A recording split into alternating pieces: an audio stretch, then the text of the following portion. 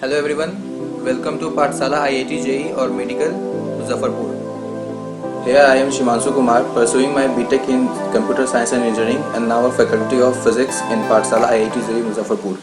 Hello everyone, welcome to this video. Today we are going to discuss the second lecture of the chapter Acid, Bases and Salt. पिछले lectures में हम लोगों ने acid और base के बारे में बहुत कुछ जान लिया था और ये भी देखा था कि एसिड का क्लासिफिकेशन कैसे होता है, how can we classify acid. अलग अलग बेसिस के बारे में देखा था, बहुत सारे बेसिस पे हम लोगों ने एसिड और बेस को बांटा था। जैसे ओरिजिन के आधार पे बांटा था हम लोगों ने, राइट, स्ट्रेंथ के आधार पे बांटा था हम लोगों ने। तो आइए इसमें कुछ देखते हैं हम लोग कि बेसिकली स्ट्रॉन्ग एसिड और वीक एसिड जो स्ट्रेंथ के आधार पे हम लोग उसको डिवाइड करते हैं, क्लासीफाई करते हैं, वो कैसे हुआ।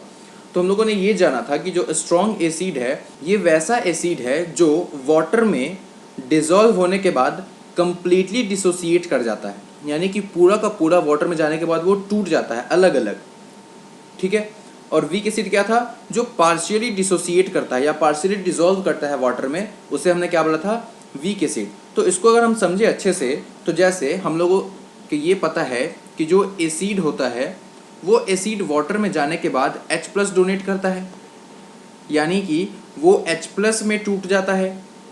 फाइन, अगर हम एसिड का एग्जांपल देखें तो जैसे मान लीजिए HCl हाइड्रोक्लोरिक एसिड, या फिर HNO3 नाइट्रिक एसिड, या फिर H2SO4 सल्फ्यूरिक एसिड, ये सारे एसिड्स हैं। इसमें भी देखिए H है, इसमें भी H है, इसमें भी H2 है। तो हम लोगों ने एसिड के बारे में ये भी जाना था कि अगर पानी में मिलाया हुआ सब्सटेंस से H यानी हाइड्रोजन आयन बाहर निकलता है यानी डिसोसिएट करता है तो वो सब्सटेंस क्या होगा, एसिड होगा। फाइन, ये एक कंपाउंड है। जब दो या दो से ज़्यादा एलिमेंट आपस में मिलके एक सब्सटेंस का फॉर्मेशन करते हैं तो उसको हम लोग कंपाउंड बोलते हैं। तो ये सारे कंपाउंड्स हैं। तो जब कंपाउंड्स डिसोसिएट करेंगे यानी टूटेंगे, ब्रेकडाउन होगा उनका, तो वो अलग अलग कॉन्स्टिट्यूएंट एलिमेंट्स में टूट जाएंगे आयंस के साथ। तो जैसे मान लीजिए कि अगर ये पानी है, इसमें हम लोगों ने HCl रखा, ये HCl इसमें लाके हमने रख दिया, तो किस में टूटेगा, ये एक H+ आयन में टूटेगा और एक Cl- आयन टूटेगा। दो आयन, एक तो H+ आयन और एक Cl- आयन। तो टूटने के बाद मेरे पास क्या आ रहा है, H+ आ रहा है, यानी कि सब्सटेंस क्या है, ये सब्सटेंस एसिड है। और रखने के बाद देखिए ये पूरा टूट गया, यानी एक H+ अलग हो गया और Cl- अलग हो गया। तो ये एक स्ट्रॉन्ग एसिड है। वैसे ही अगर HNO3 को डिसॉल्व करें तो HNO3 भी H+ और NO3- में टूट जाएगा, ये भी पूरा डिसोसिएट कर गया। H2SO4 को डालेंगे तो ये ट्वाइस ऑफ H+ यानी दो हाइड्रोजन का आयन निकलेगा और एक SO4 का आयन निकलेगा, ये भी पूरा डिसोसिएट कर जाएगा। लेकिन मान लो एक और एग्जांपल ले लो कि H2CO3 कार्बोनिक एसिड, जानते हैं हम लोग H2CO3, इसको जब अपन पानी में रखे तो ये एक H+ दिया और दूसरा जो कंपाउंड बना वो HCO3- बना। यानी जब इसको अपन पानी में रखे, इसको मानो अगर पानी में अपन डालें एसिड को, पानी में डालने के बाद ये एक H+ में टूटा और एक HCO3- टूटा, तो ये पूरा तो डिसोसिएट नहीं किया। अगर ये पूरा डिसोसिएट करता तो जैसे इसमें दो हाइड्रोजन के आयन निकले थे, वैसे ही इसमें भी दो हाइड्रोजन के आयन निकलने चाहिए थे, लेकिन ये नहीं निकले। तो इसीलिए कार्बोनिक एसिड को हम लोग क्या बोलते हैं, वीक एसिड, क्योंकि ये जब पानी में जाता है तो ये आधा टूटता है और आधा नहीं टूटता, यानी ये पार्शियली डिसोसिएट करता है, इसलिए इसको हम क्या बोले, वीक एसिड। और इन सब एसिड्स को अगर हम लोग पानी में डालें तो ये कंप्लीटली डिसोसिएट कर जाता है, इसलिए इन सबों को हम लोगों ने किस में रखा है, इन सबों को हम लोगों ने स्ट्रॉन्ग एसिड के कैटेगरी में रखा। तो स्ट्रॉन्ग एसिड वीक एसिड क्या है, समझ में आ गया। अच्छा, यानी कि अगर HCl को हम लोग तोड़े तो किस में टूटेगा, H+ और Cl-। ये H+ तो पानी के अंदर ही है, यानी ये फिर से H+ पानी के अंदर वाले यानी पानी के मॉलिक्यूल से मिलके क्या बनाएगा, हाइड्रोनियम आयन, हम लोगों ने पढ़ा था। तो जो जितना हाइड्रोनियम आयन देगा वो उतना स्ट्रॉन्ग एसिड होगा। फाइन, उसी तरह अगर वीक एसिड का लिखे तो ये H2CO3 अगर टूटेगा तो किस में टूटा, ये टूटा H+ में और HCO3- में, यानी ये अभी और डिसोसिएट कर जाता है। इसको अगर दोबारा फिर से ये HCO3 को फिर से अगर पानी में डाले तो फिर से ये H+ आयन देगा। तो अभी ये पूरा डिसॉल्व नहीं हुआ था इस बारे में, इसलिए इसको हम किस में रखें, वीक एसिड में रखें। तो जब वीक एसिड का हम लोग रिएक्शन लिखते हैं तो उसके रिएक्शन में हम लोग रिवर्सिबल का साइन लगाते हैं, यानी कि ये पूरा अभी तक डिसोसिएट नहीं किया, ये और डिसोसिएट करेगा। यानी अगर इस वाले कंपाउंड को हम फिर से पानी में डालें, यानी इस वाले कंपाउंड को हम फिर से पानी में डालें तो ये फिर से टूट जाएगा H+ में, तब फिर लास्ट में क्या बनेगा, CO3-, यानी ये अभी पूरा टूटा नहीं था। इसलिए जब हम वीक एसिड का रिएक्शन लिखते हैं तो वहाँ पे हम लोग रिवर्सिबल का साइन लगाते हैं, यानी कि भैया ये अभी पूरा टूटा नहीं है, ये पार्शियली टूटा है। तो वीक एसिड का कॉन्सेप्ट और स्ट्रॉन्ग एसिड का कॉन्सेप्ट समझ में आ गया। कोई तुमसे पूछेगा कि स्ट्रॉन्ग एसिड क्या है, वीक एसिड क्या है, तो बता दोगे? पक्का है? फाइन, आगे बढ़ते हैं। आगे क्या है? Types of acid on the basis of dilution. अच्छा भाई, एक और बेसिस है, एक और आधार पे हम लोग इसको क्लासीफाई करते हैं। पहला क्या है? Dilute acid. तो these acids have more amount of water in it. तो वैसे एसिड जिसमें वाटर का अमाउंट ज़्यादा होगा उसको हम क्या बोलेंगे? Dilute acid. अब बात करते हैं डाइल्यूशन का। तो डाइल्यूशन क्या है? डाइल्यूशन का बेसिक मतलब है amount of water. Amount of water, तो जितना अमाउंट ऑफ वाटर जिस एसिड में होगा वो उतना डाइल्यूट कहलाएगा। कंसनट्रेटेड क्या है? These acid have less amount of water in it. तो वैसा एसिड जिसमें वाटर का मात्रा बहुत कम हो उसको हम क्या बोलेंगे? कॉन्सनट्रेटेड। और वैसा एसिड जिसमें वाटर का मात्रा बहुत ज़्यादा है उसको हम क्या बोलेंगे? Dilute acid. इसके बारे में अगर और हम जाने तो नेक्स्ट क्या है? Process of diluting and concentrated acid. किसी कॉन्सनट्रेटेड एसिड को अपन कैसे डाइल्यूट करते हैं? अक्सर एग्जाम्स में ऐसे क्वेश्चंस आते हैं कि how can we dilute and concentrated acid. Concentrated का मतलब क्या है? कॉन्सनट्रेटेड का हिंदी होता है सांद्र। सांद्र मतलब उसमें एसिड का अमाउंट ज़्यादा है और पानी का अमाउंट लगभग ना के बराबर है। फाइन, यानी कि उसमें जो चीज़ है वो बहुत सिर्फ एसिड ही है, पानी नहीं है एकदम, तो उसको हम क्या बोलते हैं? कॉन्सनट्रेटेड। तो कॉन्सनट्रेटेड को हम डाइल्यूट कैसे करेंगे? तो dilution of concentrated acid can be done by adding the concentrated acid slowly in water with continuous stirring. By doing this the heat release is comparatively less and is absorbed by water itself, so it prevents the reaction from becoming violent। अच्छा, इसको अगर हम समझे, ये भूल जाओ, अभी जो लिखा है उसको भूल जाओ। ये समझो कि मान लो कि यहाँ पे पानी है, ये एक बीकर है, बीकर में मान लो एसिड है। पहले इस बीकर में क्या, ध्यान देना, इस बीकर में क्या है? एसिड है। इस एसिड में अगर, जाहिर सी बात है भाई, हमको क्या करना है? डाइल्यूशन के लिए क्या करना है? डाइल्यूशन के लिए हमको पानी मिलाना है, क्योंकि अमाउंट ऑफ वाटर से ही उसका डाइल्यूशन या कॉन्सेंट्रेशन पता चलता है। तो कोई चीज़ अगर ज़्यादा कॉन्सेंट्रेटेड है, इसमें अमाउंट ऑफ वाटर कम है और इसको डाइल्यूट करना है, यानी उसमें अमाउंट ऑफ वाटर ज़्यादा करना है, तो हम क्या करेंगे? दिए गए सब्सटेंस में पानी का अमाउंट ज़्यादा कर देंगे, यानी उसमें और पानी रख देंगे। तो यहाँ पे मान लो एसिड है बहुत सारा, मान लो यहाँ तक एसिड है, इसको हमको डाइल्यूट करना है। ये कॉन्क एसिड है, कॉन्क एसिड, कॉन्क मतलब कॉन्सेंट्रेटेड एसिड, इसमें हमको डाइल्यूशन करना है। तो हम क्या किए? ऊपर से पानी मिलाएं। जैसे ही भाई इसमें पानी मिलाएंगे तो क्या होगा? ये एक एक्सोथर्मिक रिएक्शन होता है। कैसा रिएक्शन होता है? एक्सोथर्मिक। एक्सोथर्मिक का मतलब हीट रिलीजिंग, यानी कि अगर हम एसिड में वाटर ऐड करेंगे तो ये हीट रिलीज करेगा। फाइन, तो इसीलिए हम क्या करते हैं, अगर एसिड में तुम पानी को ऐड करो तो बहुत अमाउंट ऑफ हीट बाहर निकलेगा, ज़्यादा हीट बाहर निकलेगा, यानी कि यहाँ पर पूरा आग पकड़ लेगा। आग पकड़ने का मतलब क्या है भाई? अगर तुम हाथ से पानी डाल लोगे तो तुम्हारा हाथ जल जाएगा, it will hurt your hands. So it is not preferable for us. ऐसा हम नहीं करते। हम क्या करते हैं?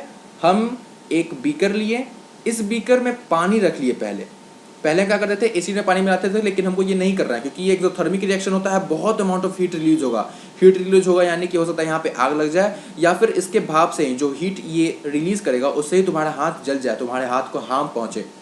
फाइन, इसलिए हम ये प्रोसेस इस्तेमाल नहीं करते। नॉट अलाउड, हमेशा ध्यान रखना, नॉट अलाउड। कभी भी अगर तुम लैब में जाओ तो एसिड में पानी मत मिलाना। हम क्या करते हैं? पहले बीकर में वाटर ले लेते हैं। पहले बीकर में वाटर लिया और इस बीकर में हम लोग ड्रॉप बाय ड्रॉप, एक ही बार में नहीं, ड्रॉप बाय ड्रॉप इस बीकर में हम लोग एसिड का डालते हैं। ड्रॉप बाय ड्रॉप, ये एसिड है मान लो, इस बीकर में हम लोग एसिड डाले ड्रॉप बाय ड्रॉप, और डालते के साथ साथ एक ग्लास रॉड से इसको स्टिर करते रहते हैं, कंटिन्यू मिलाते रहते हैं, कंटिन्यू स्टिर करते रहते हैं। जैसे ही इसमें एसिड जाएगा तो जो अमाउंट निकला हीट, मान लो एक बूंद एसिड गया तो थोड़ा सा हीट निकला, तो क्या करेगा? वाटर उसको खुद ब खुद एब्जॉर्ब कर लेगा और जो एसिड का डाइल्यूशन था वो इस वाटर में जाके सेटल हो जाएगा। इसलिए ये प्रेफर हम लोग करते हैं, क्यों? क्योंकि इसमें जो हीट निकलता है वो वाटर खुद एब्जॉर्ब कर लेता है और हमारे हाथ को कोई हार्म नहीं पहुंचता है। इसमें क्या लिखे हैं? Acid of dilution of concentrated acid can be done by adding the concentrated acid slowly in water. हम लोग एसिड को वाटर में ऐड करते हैं, ना कि वाटर को एसिड में ऐड करते हैं। ये एकदम गलत है, हमने ये करना है। दिस इज परफेक्ट, एकदम परफेक्ट, ये हम लोग करना है। और साथ साथ कंटिन्यूअस स्टिर करते रहते हैं, कंटिन्यू मिलाते रहते हैं उसको। इससे क्या होता है? जो हीट रिलीज होता है वो बहुत कम होता है इसके कैटेगरी में, क्योंकि ये एक एक्सोथर्मिक रिएक्शन है। कभी भी तुम एसिड को वाटर में मिलाओ या वाटर को एसिड में मिलाओ, ये एक्सोथर्मिक रिएक्शन होगा, यानी हीट रिलीज करेगा।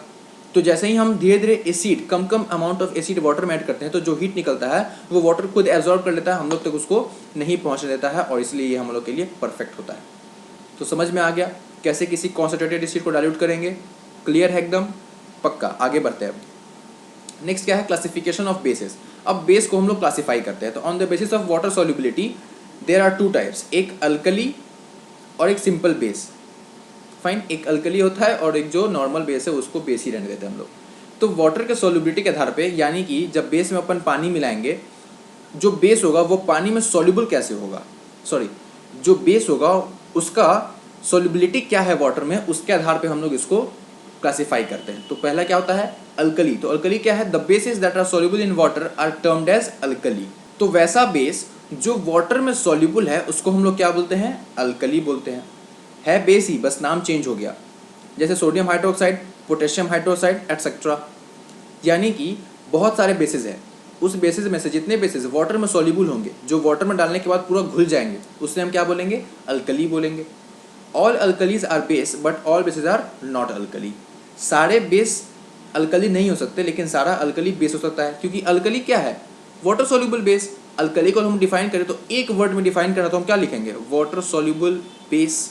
जो बेस वाटर में सॉल्युबल होगा उसको हम लोग अल्कली बोल देंगे, और जो सॉल्युबल नहीं होगा वो बेस, उसको बेस ही बोलेंगे हम लोग, क्योंकि दूसरा नाम तो है नहीं अपने पास। तो जो सॉल्युबल हुआ उसको अल्कली बोल दिए, जो सॉल्युबल नहीं हुआ उसको बेस बोल दिए। तो अल्कली का एग्जांपल क्या हो गया, सोडियम हाइड्रोक्साइड NaOH, या फिर पोटेशियम हाइड्रोक्साइड KOH। क्योंकि बेस जब वाटर में डिसॉल्व होगा तो ये OH माइनस आयन देता है, हाइड्रोक्साइड आयन। ठीक है, ये समझ में आ गया। बेस का एग्जांपल क्या है। अच्छा, हम लोग स्टार्टिंग में क्या पढ़े थे, एक चीज़ जान लो कि जो मेटल होते हैं, दो चीज़ें अपने पास, मेटल और नॉन मेटल, मेटल और नॉन मेटल। तो मेटल के जो ऑक्साइड्स होंगे, यानी मेटल के जो ऑक्साइड होंगे वो बेसिक इन नेचर होते हैं, और जो नॉन मेटल के ऑक्साइड्स होते हैं वो एसिडिक इन नेचर होते हैं। जैसे मान लो मेटल के ऑक्साइड, जैसे MgO, मैग्नीशियम मेटल है तो MgO मैग्नीशियम ऑक्साइड हो गया। तो ये जो मैग्नीशियम ऑक्साइड होगा ये क्या होगा, बेसिक नेचर का होगा, और ये इनसॉल्युबल होगा, तो ये अल्कली नहीं होगा। समझ में आ रहा, हम रिलेशन बता रहे हैं बस, ये अल्कली नहीं होगा। क्यों, क्योंकि ये वाटर सॉल्युबल नहीं है, ये वाटर इनसॉल्युबल है। वैसे ही NaOH, सोडियम हाइड्रोक्साइड, ये भी क्या है, बेसिक इन नेचर है, बेस है, लेकिन ये सॉल्युबल है तो ये अल्कली होगा। तो ये डिफरेंस है अल्कली में और बेस में। समझ में आ गया, फाइन। अगर आगे बढ़े तो अब क्या है, types of basis on basis of strength. यानी स्ट्रेंथ के हिसाब से बेसिस को भी हम लोग दो पार्ट में डिवाइड कर दिए। एक तो था स्ट्रॉन्ग बेस और एक क्या हुआ, वीक बेस। तो भाई स्ट्रॉन्ग बेस क्या है, तो these bases dissociate completely in water as same as acid. Acid में क्या था, जो स्ट्रॉन्ग एसिड था वो वाटर में जाने के बाद कम्प्लीटली डिसोसिएट कर जाता था, यानी कम्प्लीटली टूट जाता था। वैसे ही जो वीक स्ट्रॉन्ग बेस होगा वो भी वाटर में जाने के बाद कम्प्लीटली डिसोसिएट कर जाएगा। सेम वीक बेसिस क्या है, the bases that partially dissociate in water. यानी वैसे बेस जो पार्शियली डिसोसिएट करेंगे वाटर में जाने के बाद, यानी थोड़ा टूटेगा और थोड़ा रह जाएगा, वो क्या होगा, वीक बेस होगा। अच्छा भाई, ये कैसे हुआ, तो इसको हम लोग देखें तो मान लो कि सोडियम हाइड्रोक्साइड ये क्या है, NaOH, ये क्या है, बेरियम हाइड्रोक्साइड यानी BOH, कैल्शियम हाइड्रोक्साइड CaOH का होल ट्वाइस। फाइन, तो इन सब को अगर अपन वाटर में डिसॉल्व करें तो ये कंप्लीटली टूट जाएगा, यानी Na+OH माइनस, OH माइनस देगा। आर्हेनियस का क्या कॉन्सेप्ट था, आर्हेनियस का कॉन्सेप्ट यही था कि जो भी सब्सटेंस OH माइनस देगा टूटने के बाद वो क्या होगा, बेस। CaOH टूटेगा तो ये Ca2+ और 2 OH माइनस टूट जाएगा, तो ये भी कंप्लीटली डिसोसिएट करेगा, कंप्लीटली टूट गया। तो ये सब क्या होगा, ये सब स्ट्रॉन्ग बेसिस के अंदर आएगा। वैसे ही वीक बेस में जैसे मान लो अमोनिया NH3, ये जब टूटेगा तो ये थोड़ा टूटेगा और थोड़ा नहीं टूटेगा, तो इसलिए ये किस में आएगा, वीक बेस में। सेम एसिड वाला कॉन्सेप्ट है वीक बेस और स्ट्रॉन्ग बेस के लिए भी। तो क्लियर है यहाँ से ये चीज़, तो ये भी समझ में आ गया। फिर आगे क्या है, properties of acid and properties of base. तो एसिड का प्रॉपर्टी क्या है, ये जितना भी प्रॉपर्टीज है ये सारे फिजिकल प्रॉपर्टीज है, फिजिकल प्रॉपर्टीज। इसके बाद हम लेते हैं केमिकल प्रॉपर्टीज। तो फिजिकल प्रॉपर्टीज क्या है एसिड के, acid are sour in taste, acid खट्टे होते हैं स्वाद में। Acid donate H+ ion with dissolve in water, acid water में डिजॉल्व होने के बाद H+ आयन देता है। उसके बाद acid are corrosive in nature, जो एसिड होते हैं वो फिजिकली बहुत कोरोसिव होते हैं, यानी कि अगर एसिड तुम्हारे हाथ पे गिर गया तो it will burn your hands, तुम्हारे हाथों को जला सकता है। यानी तुम अगर नेकेड हैंड से उसको पकड़ो, खाली हाथ से उसको तुम अगर छुओगे एसिड को, या फिर तुम एसिड को हाथ लगा के देखोगे, अगर किसी बीकर में एसिड रखा हुआ है कॉन्सेंट्रेटेड एसिड, तुम उसमें हाथ लगाओ तो उससे तुम्हारा हाथ जल जाएगा। इनफैक्ट कि जो हमारे घर पे हार्पिक नहीं, जो कॉमन जो छोटा डिब्बा आता है ना, जो नॉर्मल 10-20 रुपये में देता है नॉर्मल डिब्बा, वो भी बहुत कोरोसिव इन नेचर होता है, यानी उसके उसके कंटेंट में भी अगर तुम 2-3 मिनट रह जाओ तो वो भी तुम्हारे हाथ को जला सकता है। तो acids are very corrosive in nature, ये तुम्हारे हाथ को हार्म पहुंचा सकता है।